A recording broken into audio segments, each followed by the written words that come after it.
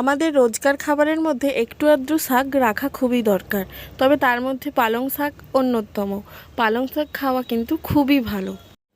তবে আজ পালং শাক একটু অন্যরকমভাবে রান্না করছি, কারণ আজ বাড়িতে ইলিশ মাছ হচ্ছে। তো ইলিশ মাছের যে কাঁটা আর ফুলকাগুলো হয়, তো ওগুলো ফেলি না, তাই আজ ওগুলো দিয়েই কচু পালং শাকের রান্না করছি। তো চলো।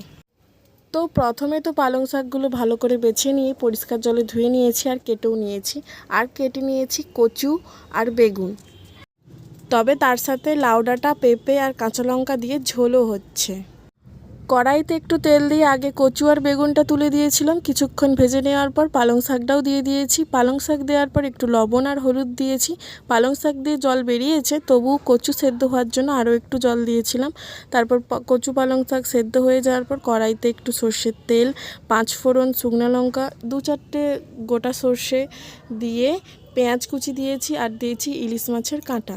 তো সব কিছু ভালো করে ভেজে নিয়ে সবের শেষে দেবো একটু সামান্য পরিমাণ লঙ্কা গুঁড়ো, তো আর একটু হলুদ গুঁড়ো।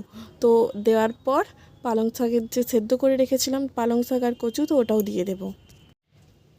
আরও বেশ কিছুক্ষণ ফুটিয়ে নেব। ফুটিয়ে নেওয়ার পর কচুটা ভালো করে ঘেঁটে দিতে হবে, যাতে সব শাকের সাথে কচুটা একদম মিশে যায়। তারপরে আর কিছু নেই, স্বাদ মতো একটু চিনি দিয়ে নামিয়ে নেব। আর এইদিকে ভাজছিলাম একটু মূলা শাক, আর তার সাথে ইলিশ মাছের তেল ঝাল হচ্ছিল, মানে সর্ষের ঝাল। তো ইলিশ মাছ সর্ষের ঝাল জন্য কালো সর্ষে, সাদা সর্ষে, জিরে, শুকনো লঙ্কা বেটে নিয়েছি। আর 2-4টে পোনা মাছও ছিল, তো তার সঙ্গে পোনা মাছেরও ঝাল হচ্ছিল। আর ইলিশ মাছের সাথে বেগুনও দেবো, তো তাই জন্য একটু বেগুনও ভেজে নিচ্ছিলাম। বেগুনটা হালকা ভাজা হয়ে এলেই ওতে কালো জিরে আর কাঁচা লঙ্কা দিয়ে দিয়েছি, আর একটু টমেটো বাটাও দিয়েছি। এরপর টমেটো বাটার সঙ্গে ভালো করে ভেজে নেব আরও একবার। সাদা সর্ষে, কালো সর্ষে, জিরে আর শুকনো লঙ্কার যে পেস্টটা বানিয়েছিলাম ওটাও দিয়ে দেব 2-3 চামচের মতো।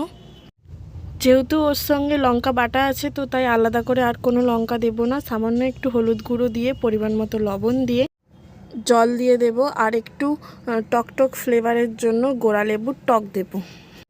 আর একটু চিংড়ি মাছও ছিল, তো তার জন্য চিংড়ি মাছে একটু মশলা দিয়ে বাটি ঝালের মতো করব আর কি।